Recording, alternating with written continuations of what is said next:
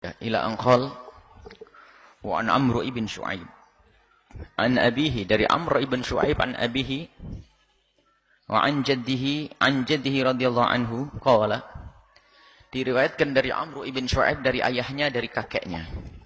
Beliau berkata, qala Rasulullah sallallahu alaihi wasallam, Rasulullah sallallahu alaihi wasallam bersabda, muru auladakum bis-salati wa hum abna'u sab'i sinina. Perintahkan anak-anakmu untuk salat waktu mereka mencapai umur 7 tahun Hijriah. Bukan 7 tahun Masehi, Ibu. 7 tahun Hijriah. Jadi kalau Ibu enggak ngerti hitungan Masehi apa Hijriah, Ibu salah sudah Bapak. Ya. Jadi hitungannya Hijriah bukan Masehi. Maka wajib seorang ibu mengetahui bulan Hijriah. Makanya berusaha kita untuk mengagungkan, memuliakan tahun baru Hijriah. Jangan Masehi. Tidak ada hubungannya dengan syariat Masehi. Baik. Wadribuhum 'alaiha, dan pukullah karena sholat, maksudnya karena meninggalkan sholat. Wahum abna'u 'ashrin, di saat mereka mencapai umur 10 tahun. Wafarriqu bainahum fil madaji'i, dan pisahkan tempat tidurnya. Hadis hasan. Hadis ini disebut sebagai hadis hasan, diriwayatkan oleh Imam Abu Dawud bi isnadin hasan, dengan isnad yang hasan. Baik. Ini juga pendidikan. Tanggung jawab seorang tua kepada anaknya adalah mengajari sholat di saat mereka mencapai umur 7 tahun Hijriah. Sholat memang belum wajib bagi anak-anak umur 7 tahun Hijriah. Akan tapi ketahuilah, bagi orang tua wajib mengajarinya. Jangan salah paham, mentang-mentang belum balik, anak kan belum wajib sholat. Kesalahpahaman sebagian orang, mentang-mentang belum wajib sholat, maka tidak diperintah sholat. Salah. Biarpun dia belum wajib sholat, maka wajib bagi orang tua untuk memerintah. Artinya kita wajib mengajarinya. Jadi jangan salah paham, bukan berarti kita tidak wajib. Kalau kita tidak mengajari anak kita sholat di saat mencapai umur 7 tahun Hijriah, maka kita berdosa. Yang sudah punya anak 7 tahun kok belum diajari sholat, maka berdosa. Artinya diajari sholat. Kalau masalah kekurangan-kekurangan itu wajar. Tapi wajib kita didik untuk melakukan sholat. Dan bukan saja sholat dikiaskan atas sholat, semua kewajiban-kewajiban beragama. Karena dia adalah anak yang sudah tamyiz, 7 tahun usia tamyiz. Ingat, syarat tamyiz adalah orang yang bisa membedakan antara bara dengan roti, api dengan roti, yang bisa cebok sendiri, dan umurnya sudah mencapai 7 tahun, itu tamyiz. Jadi anak yang sudah bisa diajak berbicara, faham khitab, faham omongan, maka saat itu kita wajib mengajarinya sholat. Kalau kita tidak mengajarinya sholat, atau sesuatu yang wajib, maka dosa bagi kita. Termasuk apa? Meninggalkan kemaksiatan. Jangan lalu berkata, anak kecil tidak dosa kalau zina. Lalu kita biarkan. Orang tua wajib melarangnya. Orang tua wajib melarangnya. Wajib mengajari yang baik. Termasuk, mohon maaf, menutup aurat harus dimulai dari usia 7 tahun. Biarpun dia itu kadang lepas, kadang pakai. Tapi sudah kita perkenalkan, nak, kamu sudah mulai gede. Kamu harus seperti itu. Umi abah harus sudah mulai mendidikmu untuk pakai baju yang bagus, sayangku ya. Diajari mulai dari usia seperti itu. Dengan kelembutan, dengan kasih sayang. Dengan cara yang baik. Kemudian setelah itu, berjalan 8 tahun. Terus dengan cara-cara yang baik, kita ambil hatinya. Harus pintar orang tua. Dengan bermacam-macam cara. Sampai di usia 10 tahun. Lah, kalau 10 tahun anak itu kok masih belum mau, atau sering, atau melanggar 10 tahun. Anggap 10 tahun belum balik gini. Kalau 10 tahun sudah balik, malah lain cerita. Anggap 10 tahun belum balik. Ada sebagian wanita 10 tahun belum haid. Dan juga belum keluar mani. Seorang laki-laki mungkin 10 tahun belum haid, belum keluar mani. Maka dia belum dihukumi sebagai seorang yang balik. Maka biarpun belum balik, maka saat itu, kalau dia melanggar, tidak melakukan sholat, atau melanggar syariat-syariat yang lainnya, wajib kita memberikan pendidikan, takdib, dengan cara dipukul. Wadribu. Pukulannya seperti apa? Bukan pukulan bogem. Dan ada aturannya. Ada aturannya memukul. Ada riwayat dari Imam Bukhari dan Muslim. La yujladu Fauqa 20, tidak boleh mencambuk lebih dari 10. Pukulan 10. Jadi mencambuk rotan lebih dari 10 itu adalah riwayat dari Nabi. Teman, para a'immah madzhabul arba'ah menjelaskan menurut Imam Ahmad memang diambil secara zahirnya lafaz tersebut. Jadi kalau ada orang memukul tidak boleh lebih dari 10 illa fil hudud, kecuali masalah had hudud. Hudud itu beri hadduz zina, orang berzina, hadduz syurbil khamr, hadnya orang meminum khamr. Adapun kalau ada anak pelanggaran anak-anak atau siapapun, maka menurut Imam Ahmad ibn Hanbal tidak boleh lebih dari 10 pukulan. Dan pukulannya pun harus mufarraqan, harus terpisah-pisah. Karena tujuannya bukan untuk menghajar, tapi tujuannya adalah mendidik. Dan menurut Imam Ahmad dan sebagian riwayat dari sebagian dari Imam Asy-Syafi'i. Adapun menurut mazhab Imam Malik dan Imam Asy-Syafi'i radhiyallahu anhu boleh ditambah. Ditambah sampai berapa? Yang penting tidak boleh melebihi had. Haddul surbil khamr 80. Jadi tidak boleh lebih dari 80. Barangkali lembaga pendidikan yang biasa memukul anak-anak harus dievaluasi. Jangan sampai memukul anak-anak lebih dari bilangan 80 atau 100. Dan itu pun cara pemukulannya ada. Jadi cara pemukulannya di tempat yang tidak membahayakan. Kemudian tidak lebih, itu menurut mazhab Imam Syafi'i dan menurut mazhab Imam Malik rahimahullahu ta'ala. Adapun menurut mazhab Imam Ahmad tidak boleh lebih dari 10. Sebab pukulan itu bukan tujuan, tapi untuk mendidik. Akan tapi itu perlu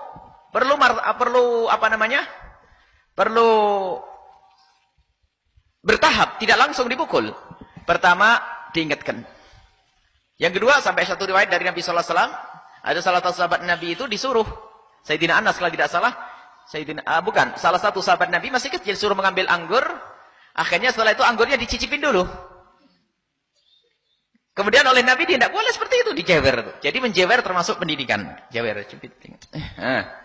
Mencubit gini. Jadi mencubit telinga itu adalah termasuk pendidikan. Jadi cubit dulu, bukan langsung gebrek, pukul ya.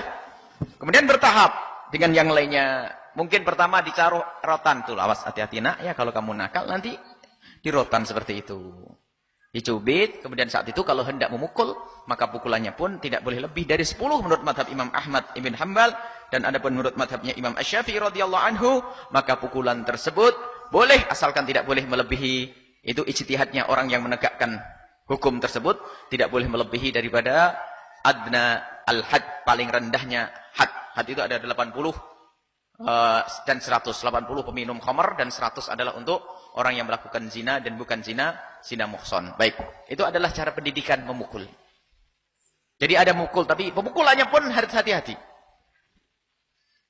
Sampai diupayakan nanti cara mengangkatnya itu ada. Jadi bukan langsung ditekankan. Jadi waktu menjatuhkan rotan itu diupayakan tangannya tidak ikut. Yang dijatuhkan hanya rotannya saja. Jadi tidak kebarkan beban tangannya begitu. Subhanallah. Jadi ada pendidikan seperti itu. Jadi kalau ngatur rotan kayak dilepas begitu. Kalau hendak memukul. Tapi ingat, pukulan itu adalah terakhir. Di saat orang sudah tidak bisa dibenahi dengan cara lembut, dengan cara cubit telinga, kok masih tidak bisa, maka baru dipukul. Tapi ingat, pukulan sendiri ada aturannya, ada batasannya. Kemudian jangan sampai memukul anak di saat anak itu mengatakan Allah, Allah, Allah. Ada larangan dari Nabi sallallahu alaihi wasallam. Kalau sudah Allah, ya Allah, tolong ya Allah, masih dipukulin. Itu tidak boleh. Haram bagi orang tua melakukan itu. Kalau sudah anaknya minta tolong pada Allah, lah ini yang bermasalah, anak cerdas sekarang. Anak cerdas denger ini. Itu dipukul abahnya langsung Allah, Allah. Allah, Allah, ya Allah, tolong ya Allah. Maka tidak boleh dilanjutkan. Ya. Ada anak-anak seperti itu, ada kok. Karena orang tuanya terlalu akhirnya saat dipukul orang tuanya bilang, ya Allah, tolong ya Allah. Nah, maka bagi orang tua wajib menghentikan pukulannya kepada anak tersebut. Baik, kemudian masalah ini adalah masalah pendidikan ya. Pendidikan. Mungkin yang pertama itu sebelum memukul, kalau seorang anak melanggar itu ya diberi peringatan, nak itu ada rotan loh ya, abah sudah beli rotan. Tapi rotan bukan untuk mukul adik yang soleh. Tapi mukul adik kalau nakal. Kemudian setelah itu apa? Syaddul udhun tadi ya. Dicubit telinganya. Kemudian kalau sudah harus mukul, maka pukulan itu harus ada aturannya ya. Jangan sampai dengan pukulan yang menyiksa begitu. Jadi pukulan yang mengingatkan. Dan setelah itu kalau masih pukulan tidak bisa, maka nanti bisa ya sampai derajat kalau memang orang itu sudah mukallaf, artinya sudah balik, nanti bisa saja mahkamah yang menangani apa di penjara atau di ini dan itu sebagainya. Bahkan kalau urusan sholat, maka diapakan? Dipenggal lehernya, tapi bukan urusan kita itu. Nah, ya lihat ukurannya. Kalau sudah mukallaf orang tidak melakukan sholat, dia pun dengan malas-malas dipenggal lehernya karena itu melanggar Allah. Melanggar Allah dan tidak terhormat orang tersebut. Inilah yang diingatkan oleh Rasulullah. Jadi mulai kecil sudah biasakan untuk sholat, dilatih untuk sholat. Dan bukan urusan sholat saja, termasuk urusan-urusan yang lainnya, kewajiban-kewajibannya. Dan di saat kita memukul, tidak boleh dalam keadaan kita marah, yang pertama, dan tidak boleh dibarengi dengan cacian. Ya, tidak boleh dengan marah dan tidak boleh dibarengi dengan cacian. Semoga kita bisa mendidik anak-anak kita dengan benar. Nah, setelah itu wafarriqu bainahum fil madaji. Hendaknya dipisah. Dipisah di tempat tidurnya. Di saat mereka mencapai umur 10 antara bapak, ibu dan anak-anak yang sudah umur 10 tahun, hendaknya dipisah. Khususnya laki dan perempuan. Dan laki dengan laki pun diupayakan bisa terpisah. Kalau laki dengan laki barangkali cukup dengan kasur-kasur yang berbeda. Kalau laki dengan laki, anak kita yang sama-sama laki-laki, terjaga dari naudzubillah ya adanya syahwat dan sebagainya yang menjadikan musibah bagi sebuah keluarga kalau tidak diperhatikan. Ini pendidikan dalam Islam. Kita harus merencanakan bahwasanya kalau kita punya anak putri dengan anak putra harus kita pisah di usia 10 tahun. Mafariqu bainahum fil madaji. Dipisah di saat 10 tahun. Laki-laki dengan perempuan. Dan perempuan dengan perempuan pun harus dipisah. Cuman kalau sudah perempuan dengan perempuan, beda dengan laki dengan perempuan. Kalau laki dengan perempuan, upayakan dipisah, benar-benar dipisah. Sehingga mohon maaf, yang namanya orang, kadang-kadang di saat terbangun, yang laki-laki ngelihat adiknya, ngelihat kakaknya. Subhanallah. Ya namanya manusia. Apalagi zaman sekarang lemahnya pendidikan, kemudian bermacam-macamnya pembangkit syahwat, menggugah syahwat yang disaksikan oleh orang anak-anak. Dan alangkah banyaknya kerusakan moral terjadi dalam sebuah rumah, tidak diketahui oleh yang lainnya. Masya Allah. Ini musibah dan pendidikan Islam luar biasa. Dipisah tempat tidur. Sebisa mungkin. Sehingga terhindar dari hal-hal yang tidak diinginkan. Kalau laki-laki dengan laki-laki, bisalah cukup dengan selimut sendiri-sendiri. Selimutnya sendiri-sendiri. Jadi sampai Imam Al-Mukri mengatakan, yajibu at-tafriqatu, wajib memisah itu. Kemudian bagi kalau laki-laki, perempuan-perempuan, cukuplah diberi selimut sendiri-sendiri, itu sudah terpisah. Itu sudah terpisah. Tapi kalau sudah laki dengan perempuan, naudzubillah ya, maka jangan sampai terjadi ada kejadian sebuah keluarga yang tidak ada pendidikan, nonton film bareng, nonton ini bareng dan sebagainya. Masya Allah. Dan itu musibah. Zina maharimnya, zina antara saudara dengan saudara, zina ini semuanya sebabnya karena melanggar aturan Nabi SAW. Maka siapapun yang hadir di tempat ini, jika sudah mempunyai anak sudah besar, maka yuk kita biasakan untuk pisah. Kalau memang kamarnya sempit, yang laki-laki suruh tidur di luar, gak apa-apa. Nggak ada masalah, dibelikan tikar yang khusus untuk tinggal di ruang tengah nggak ada masalah. Anak laki zaman sekarang nggak ada masalah. Kalau putri jangan diubar di luar. Mungkin lakinya ngalah, kamu di sana nak, ya, oh iya, karena nggak ada kamar, nggak ada masalah. Itu tolong didengar pendidikan dari Nabi SAW. Wa farriqu bainahum fil madaji, pisahkan mereka di tempat tidur. Pisahkan mereka di tempat tidur dan ini termasuk yang jarang diperhatikan. Anggapannya apa? Saudara dengan saudara. Ini saudara dengan saudara, apalagi orang lain, lebih lagi. Ini saudara dengan saudara, orang lain, lebih lagi. Makanya alangkah baiknya kalau pondok itu, memang seperti itu, diberi kasur satu. Pondok beri kasur satu, biarpun tidak ranjang satu-satu. Makanya harus diperhatikan pondok-pondok ini. Biarpun laki dengan laki, bisa saja musibah terjadi. Dan itu juga kehinaan laki dengan laki, perempuan dengan perempuan. Dan itu juga musibah. Dan banyak terjadi musibah seperti itu justru di tempat yang katanya ahli sujud di situ, tempat pondok pesantren, laki dengan laki. Naudzubillah. Ini juga ini adalah hal yang ada sebagian tempat, sebagian pesantren tidak memperhatikan. Padahal itu bukan dosa kecil. Katanya dosa kecil. Memegang aurat dosa kecil. Bagaimana megang aurat dosa kecil? Seorang wanita melahirkan saja dibahas kok. Bagaimana jika yang menyambut kelahirannya adalah seorang dokter? Kalau tidak ada dokter perempuan, baru nanti dimaafkan. Kalau ada dokter perempuan, maka menjadi haram. Ini urusan melahirkan darurat. Mau tidak mau orang harus melahirkan. Kalau tidak ada bidan perempuan, maka boleh seorang laki-laki. Itu pun hanya sebatas itu saja, tidak boleh selebihnya. Lah sekarang kalau tidur bareng perempuan dengan perempuan terus pegang-pegang, laki-laki dengan laki-laki pegang-pegang, dikatakan dosa kecil oleh sebagian ustadz di pondok pesantren. Disamakan dengan yang namanya onani dan sebagainya, itu musibah. Jadi harus perhatikan, ada sebagian pondok yang seperti itu, bahkan sampai gelar khusus hubungan laki-laki dengan laki-laki itu sudah masyhur di sebuah pondok pesantren. Ada sebuah pondok pesantren, kita pernah masuk, semoga Allah mengampuni semua yang berada di situ. Jadi ada tulisan gede, kita tidak ngerti apa itu. Ada, namanya mairil. Kalau bahasa Jawa Timur, mairil. Mairil itu apa? Mairil itu adalah kayak suami istri laki dengan lagi. Ini mairilku, mairilmu. Hah. Ini ada, dan adanya di pondok pesantren. Ya, nah. Jadi jauh dari syariat Nabi SAW. Ini harus dipisah. Urusan ranjang saja, urusan tempat tidur saja dipisah. Biarpun laki dengan laki, perempuan dengan perempuan. Ini bagaimana dengan keadaan seperti itu di pondok pesantren? Yang paling bertanggung jawab adalah para ustadznya, para kiainya. Maka dari itu, bercita-citalah. Kalau ingin membangun pondok pesantren, kalau bisa lampu jangan pelit-pelit nyala terus. Kemudian, kalau bisa kasur satu persatu. Tempat tidur satu persatu harus ada jaraknya. Dan tolong masalah pelanggaran seperti itu adalah pelanggaran yang seolah sudah direkomendasi. Dapat ijazah dari ustadznya. Karena yang melakukan ustadz dulu, ustadznya paling senang sama anak ganteng. Musibah ini. Dan bukan hal ini, bukan mainan ini. Ini kenyataan ini, subhanallah. Jadi ustadznya senang sama ganteng, jadi anaknya diijazahi dulu. Nanti kalau sudah gede ya ngasih ijazah. Di dalam kehidupan. Makanya, Al-Habib Hasan bin Ahmad Baharun mewajibkan pakai celana. Untuk menghindari itu semua. Dan itu termasuk mengamalkan syariat ini. Sampai dikatakan para Imam Mukri dan pensyarahnya menjelaskan, paling tidak dengan selimut sendiri atau baju sendiri, yaitu kayak celana sendiri, agar aman. Sehingga dipanggil itu harus pakai celana. Kalau tidak pakai celana dicambuk. Dulu itu pernah cambuk. Tidur pagi, tidur siang harus pakai celana agar tidak ada yang tersingkap. Di samping itu ranjangnya satu-satu. Atau paling tidak kasur sendiri-sendiri, itu adalah menjalankan syariat Nabi SAW dan jangan dianggap main-main. Di rumah kita, ayo kita nengok di rumah kita, keluarga kita, rumah kita.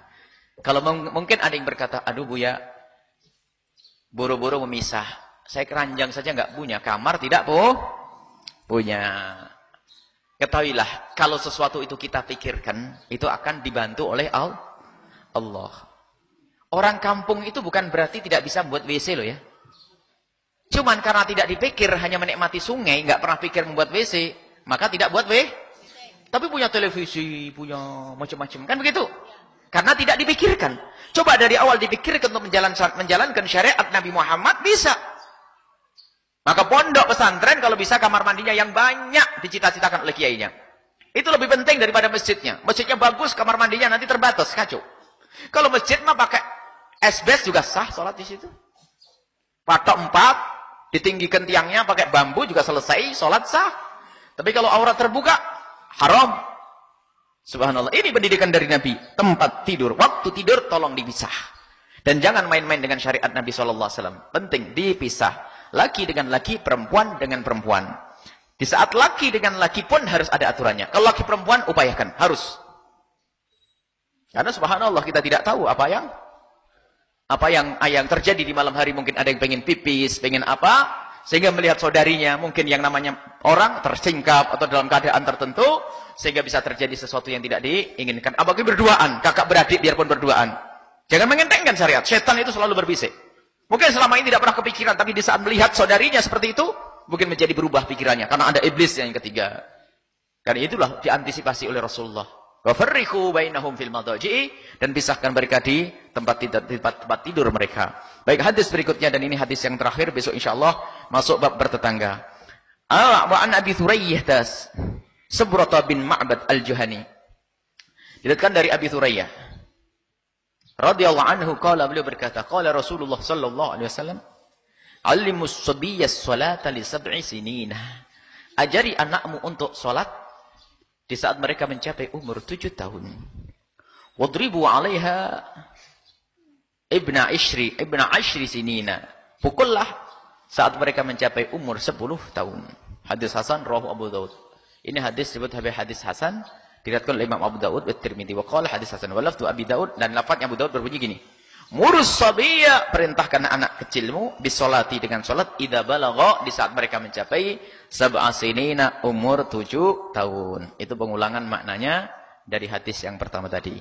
Intinya, kesimpulannya, semua yang punya anak sudah mencapai umur 7 tahun, harus kita kenalkan syariat Nabi Muhammad, sudah wajib kita mengajari untuk mereka menjauhi larangan dan menjalankan perintah. Termasuk puasa, wajib kita perintah. Biarpun belum wajib puasa. Anak umur 7 tahun wajib kita ajari puasa. Biarpun belum sempurna. Kuatnya puasa beduk. Ya nggak apa-apa, namanya anak. Tapi harus kita ajari, nak, kamu harus puasa, nak. Sahur sama abah, sama umi. Iya, Mi. Kalau siang-siang nggak kuat, hilang lentruk, ini. Minum nggak apa-apa. Tapi habis itu puasa lagi. Jadi sahurnya 2 kali nanti. Sahurnya siang. Memang belum balik. Tapi kalau tidak kita ajari sama sekali, maka ketahuilah, haram bagi orang tua. Jadi dididik seperti itu. Dan disanjung, Masya Allah, didik hari ini, bukannya sampai siang jam 12. Besok bukannya jam 3 sayang ya. Ya Mi, nunggu jam 3 tuh nikmat. Sampai jam 3. Mungkin hari yang ketiga sudah jam 6. Begitu. Nah, ini, maka ada puasa beduk. Puasa beduk bagi anak-anak. Ya. Jangan ibu-ibu ikut puasa beduk. Jadi gak ada puasa. Jadi itu mendidik puasa. Termasuk yang lainnya, kewajiban menutup aurat. Kadang-kadang dipakai, panas Mak. Ya udah, lepas dulu. Karena belum mengerti secara sesungguhnya kehalalan dan keharaman.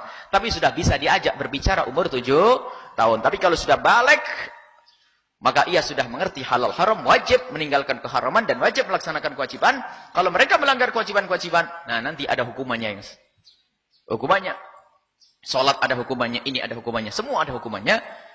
Akan tapi jangan sampai anak kita melanggar. Maka dari itu harus kita biasakan anak-anak kita untuk kita didik dengan kewajiban-kewajiban di saat mereka usia tamyiz. Bahkan sebelum 7 pun boleh kita latih. Dan pahala kembali kepada orang tua dan anak-anak itu sendiri. Pahala akan diberikan pada orang tuanya karena telah mendidik. Jadi ingat, hukumnya mengajari yang wajib kepada anak umur 7 tahun adalah wajib. Biarpun sang anak belum wajib. Jadi mengajarinya itu wajib, biarpun anaknya belum wajib. Wallahu a'lam bishawab.